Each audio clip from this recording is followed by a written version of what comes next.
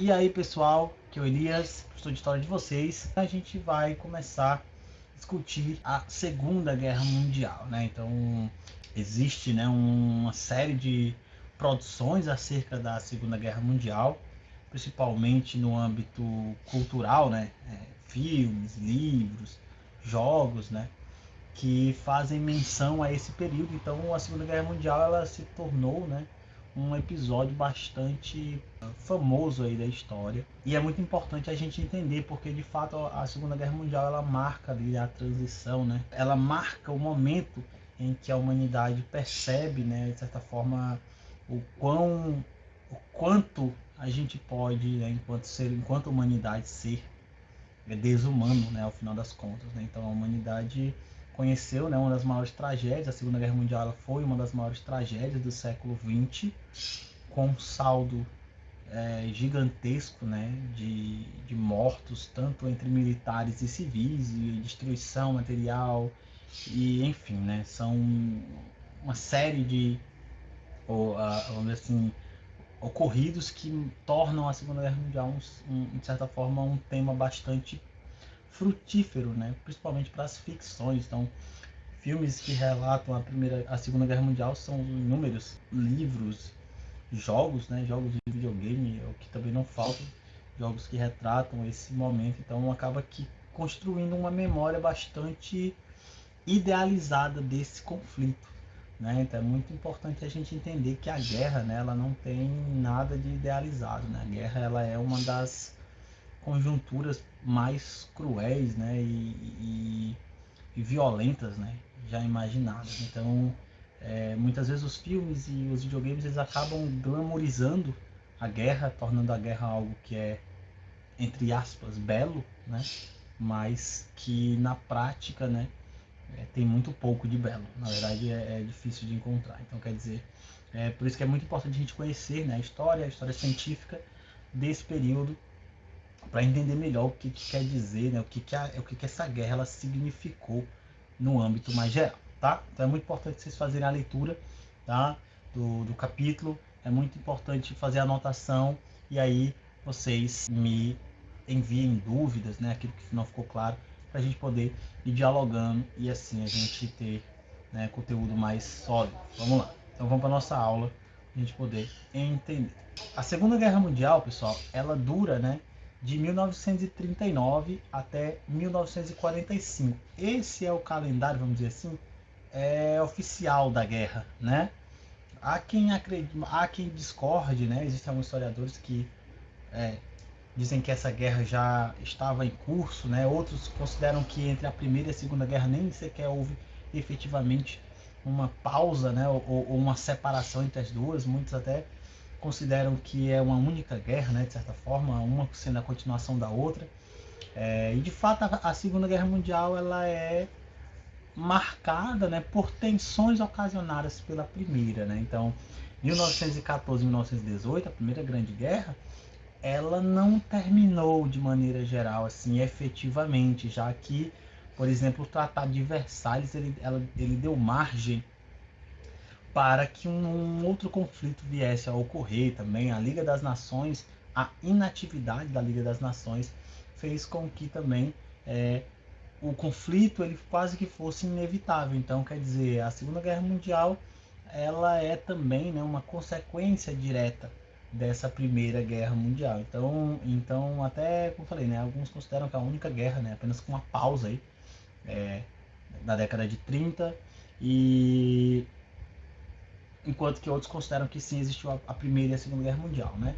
Então, para todos os efeitos, a gente considera que a Segunda, né, a Segunda Guerra, ela tem outras, de certa forma, outras motivações diferentes da Primeira, né? Mas que foi aprofundado como consequência do fim da Primeira Guerra Mundial e da forma como a Primeira Guerra Mundial acabou, né? E também, claro, ligada aí aos interesses e ao avanço dos regimes totalitários na Europa, fizeram com que essa guerra fosse bastante peculiar, né, e bastante diferente da Primeira Guerra Mundial lá em 1914. Tá? Então, a Segunda Guerra Mundial oficialmente aí teria aí teria ocorrido entre 1939 e 1945, né, com a rendição lá do Japão.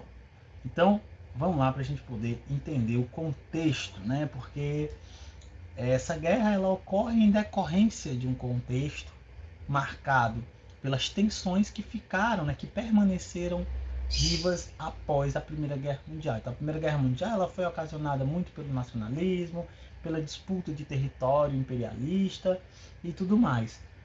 E essa guerra ela deixou uma série de ressentimentos, uma série de problemas, né, que não se solucionaram ao longo da década de 30 e que, na verdade, se aprofundaram com a chamada Grande Crise, né, de 1929. Então, quer dizer, entender a Segunda Guerra Mundial é preciso, primeiro, compreender o período ali entre guerras da década de 30, né, o que é que ela significou na Europa como um todo. Tá?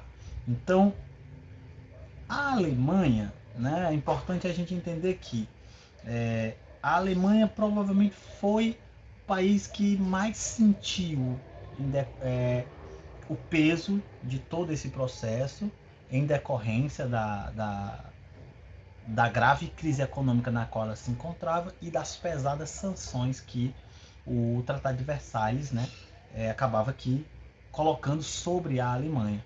Então a Alemanha passava a dever demais, né, devendo milhões, bilhões de marcos, né, as potências vencedoras da Primeira Guerra Mundial.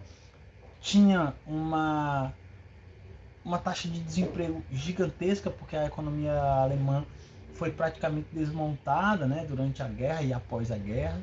Então tentava se recuperar muito lentamente. A gente tem uma sociedade alemã que passava, né, por vários problemas. Como eu falei, uma crise que é econômica, mas também que pode ser sentida no âmbito político, já que a gente tem uma série de forças, principalmente aquelas ligadas, né, ao nazismo, que avançava, que se desenvolvia na Alemanha, e também, né, a descrença em relação a todo o estado ali de crise na qual a Alemanha e a Europa, né, ou mesmo o mundo vivia na década de 30. Tá? Então o Tratado de Versalhes ele traz uma série de sanções, como eu falei. A força militar alemã ela passava a ser limitada a 100 mil homens. A indústria bélica alemã ficava impedida. A marinha alemã ficava impedida, né, a frota naval alemã. Então tudo isso fazia com que a Alemanha se sentisse um peso muito maior, de certa forma, do que todas as outras, até porque a Alemanha foi considerada a culpada da guerra. Né? E isso levanta na sociedade alemã um sentimento de revanchismo, né? Que é aquele sentimento de vingança, né? De vai ter volta, ou ainda aquele sentimento de que as nações europeias elas estavam, né, impedindo o crescimento alemão, estavam ali obstruindo, né, dificultando o desenvolvimento alemão. E isso foi muito utilizado pelos nazistas como discurso de aprofundamento do nacionalismo, né? Então eu acho que eu já até comentei, mas o nacionalismo geralmente se aprofunda quando se constitui, né, de forma factual ou não, um inimigo. Então, quem é que era o inimigo da Alemanha? Essas potências aliadas que queriam impor os seus interesses, né, sobre a nação alemã. Então, esse sentimento de revanche, né, de dar a volta por cima dessas nações, foi fundamental para que a guerra ocorresse, para que o nazismo também ganhasse espaço na sociedade alemã. E foi uma das grandes causas dessa Segunda Guerra, já que grande parte da sociedade alemã achava o Tratado de Versalhes extremamente injusto, né? Já que toda a culpa da guerra cai sobre a Alemanha e a Alemanha paga, de certa forma, todos os ônus do processo. Tá? E aí a gente vai ter, dentro desse contexto de crise econômica, de crise política, de avanço do nacionalismo, de aprofundamento desse sentimento de revanchismo, a ascensão do nazismo. A gente já falou, né, como é que o nazismo ele vai se constituindo nessa sociedade. Então, a ascensão do nazismo, do Hitler, né, a chegada do Hitler ao poder em 1933, traz no seu discurso essa ideia de rompimento com essa lógica, traz no seu discurso essa busca de revanche, né, de demonstração que a Alemanha ela era, né, ela era uma nação forte, que era uma nação que iria ali dar a volta por cima. Atrelado a tudo isso, você tem aquela história lá do ideal de construção do Terceiro Reich, né? Então, quer dizer, a ideia era estabelecer a união entre os povos germânicos, alemães, e o domínio dos territórios que ele chamava de espaço vital. Né? Então, esse domínio desses territórios garantiria esse desenvolvimento da Alemanha, e isso vai ser uma das grandes questões. Então, quer dizer, o avanço do nazismo na Alemanha, né, foi, né, sem dúvida, um dos grandes causadores da guerra. Então, aqui, bandeira da Alemanha nazista. Outro fator importante é a Itália, né? Então, a Itália, ela também vai ter um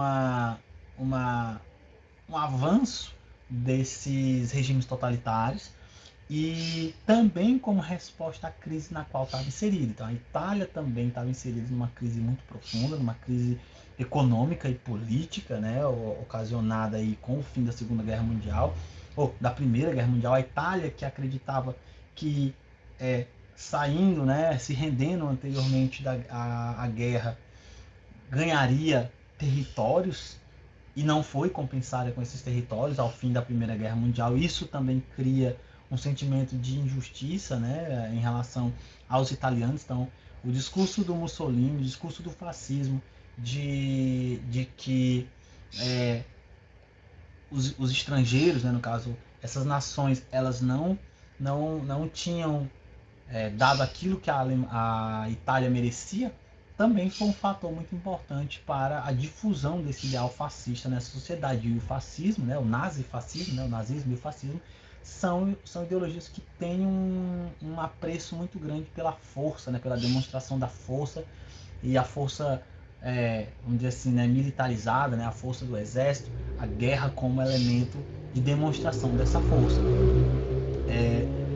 A Itália, né, foi, vamos dizer assim, se sentia extremamente insatisfeita com aquilo que ela havia recebido, né, ao fim da Primeira Guerra Mundial, né, uma divisão extremamente desigual das colônias. A Itália recebe pequenos pedaços de terra que para ela não eram suficientes, né, para, vamos dizer assim, justificar a sua vamos dizer assim, permanência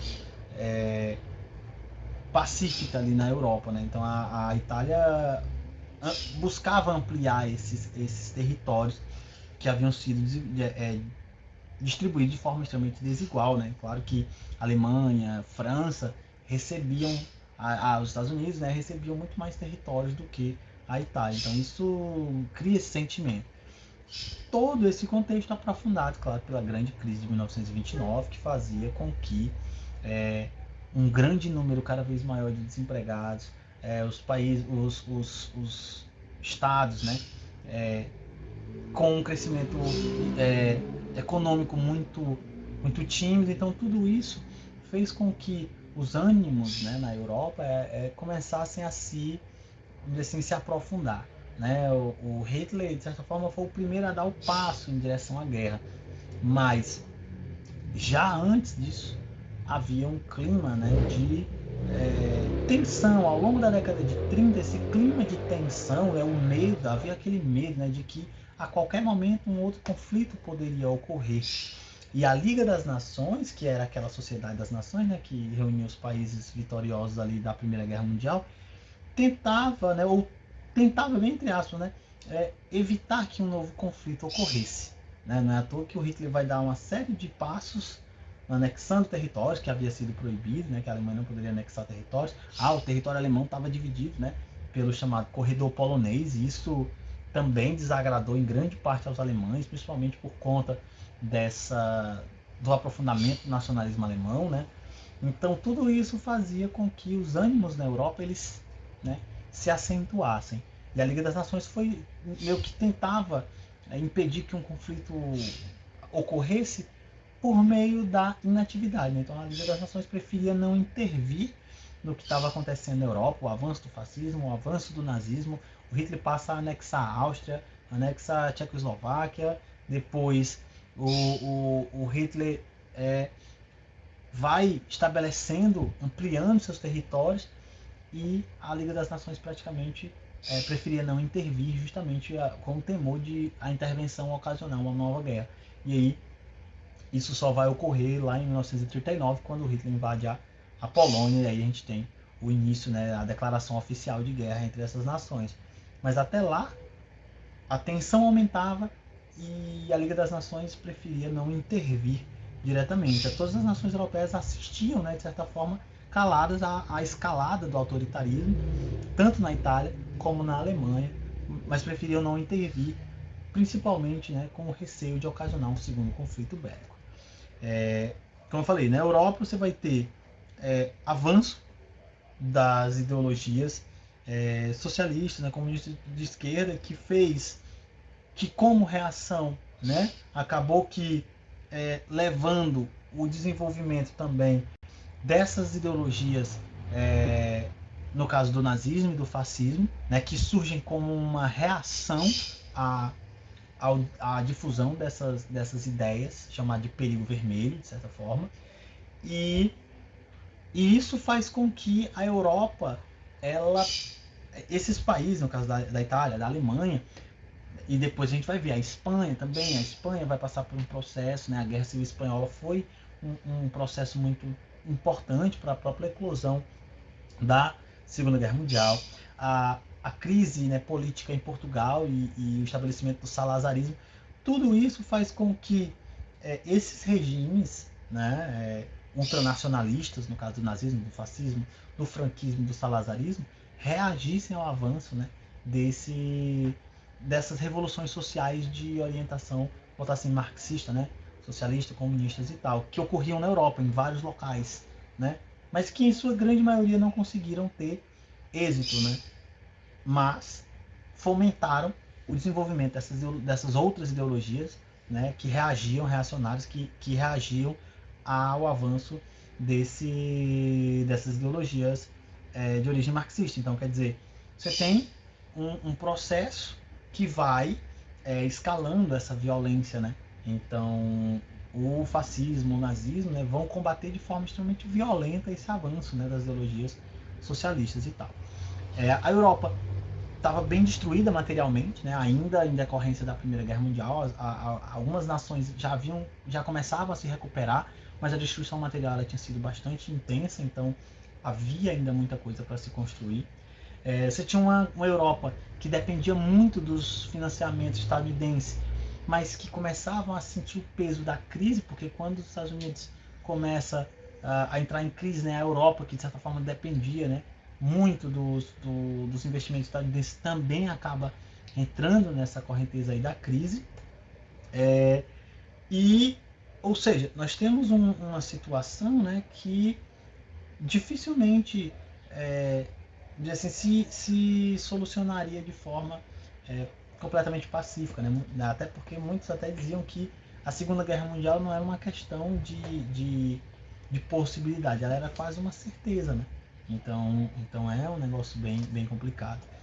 No Oriente, pessoal, você tinha o avanço do imperialismo japonês, que inclusive vai contrastar com a tentativa de expansão do imperialismo estadunidense, né? Não é à toa que, por exemplo, lá quando o Japão entra de fato na Segunda Guerra Mundial, os japoneses atacam diretamente os Estados Unidos, né? No ataque a Pearl Harbor. Então o Hirohito, né? Que era o então imperador japonês, buscava expandir o domínio imperial do Japão, né? E exercer, né, uma influência política, né? Assim como os europeus haviam expandido seus territórios durante o imperialismo, durante o neocolonialismo, né? Então os japoneses também vão nessa ideia. Então o Japão invade a Manchúria em 1931 e depois invade a China em 1937. Não é à toa que aquilo que eu falei, né? Muitos até consideram que esses conflitos já faziam parte da Segunda Guerra Mundial, né? Porque essas invasões vão gerar problemas mais à frente, né? Principalmente aí com a União Soviética, que vai passar a lutar também contra o Japão, né, lá na Ásia, né, na Ásia. A disputa imperialista entre o Japão e os Estados Unidos ela vai se aprofundando ao longo da década de 30, né, porque os Estados Unidos tinham bases no Pacífico e interessava aos Estados Unidos o domínio imperial sobre a região da Ásia. E aí entra aí uma disputa entre dois países imperialistas, né? O Japão de um lado e os Estados Unidos do outro. Né? Os Estados Unidos já tinham um império bastante grande, né? O intervencionismo estadunidense ele já ocorria principalmente na América Latina, de maneira geral, mas que os Estados Unidos buscavam expandir isso para a Ásia, né? E o Japão se tornava aí seu principal opositor nesse processo, tá? E aí que a gente vai ter a formação das grandes alianças. Então, de um lado, a gente vai ter a formação do chamado eixo Roma-Berlim-Tóquio, né, o eixo Roma-Berlim, criado em 1936, e posteriormente é anexado o Japão, né, o eixo Roma-Berlim, incluía a Itália e a Alemanha, e aí depois você vai ter a anexação do Japão a essa aliança militar chamada de eixo. Então você tem a Alemanha nazista, liderada pelo Hitler, a Itália, liderada lá pelo Mussolini, e o Japão, né, que era liderado lá pelo Hirohito. Então, quer dizer, a formação do eixo já demonstrava que as tensões elas aumentavam e que um conflito era iminente, né? Então, muitos desses países vão buscando aliados que tinham ali ideologias próximas ou que se opunham a inimigos comuns. É aquela história, né? O inimigo do meu inimigo é meu amigo. Então, muito disso aconteceu durante a guerra, né? Então, quer dizer, esse vai ser a base, né, do eixo. Né? Outros países, posteriormente, vão, de certa forma, né, se aliar indiretamente ao eixo, mas, de maneira geral, essa é a base. Do outro lado da trincheira, vamos botar assim, você tem a Inglaterra, né, como principal opositor aí, né, da Alemanha, do eixo, de maneira geral. Depois a França, que vai ficar dividida, de certa forma, porque os nazistas invadiram a França, né, e tomaram parte do governo francês, criando depois um governo colaboracionista que tentava resistir e ao mesmo tempo colaborava com o processo, né, da guerra nazista. E a gente tem os Estados Unidos, que efetivamente só entra na guerra depois de 1941. Então, se a guerra começa em 39, os Estados Unidos só entra em 41, depois do ataque a Pearl Harbor. Então, quer dizer, de um lado a gente vai ter o eixo e o outro, os aliados. Né? Então, os aliados eram aqueles países que vão se opor a esses regimes aí do eixo, né? E vão enfrentá-los durante a guerra. Aqui eu coloquei um asterisco aqui na União Soviética, eu nem coloquei a bandeira da União Soviética aqui, porque a União Soviética só vai entrar de fato na guerra de 1942, né? 42, 41, 42, depois da invasão alemã à União Soviética. Então a União Soviética entra depois, e aí mesmo Inglaterra, França e Estados Unidos não vendo a União Soviética como um aliado propriamente dito, né? Vem aquela situação, né? Então, se a União Soviética ela era inimiga do nazismo e do fascismo e tudo mais, passava então a compor aí os aliados lá no final da guerra, e aí vai exercer uma importante influência ao longo do conflito, tá? Então, por hoje é só, né? Próxima aula a gente vai comentar mais, né, sobre esse contexto anterior à guerra, tá? E aí depois a gente vai entrar de fato, né, no conflito propriamente dito, e a gente vai discutindo a partir daí, tá? Então, muito obrigado por assistirem, tá? E até a próxima.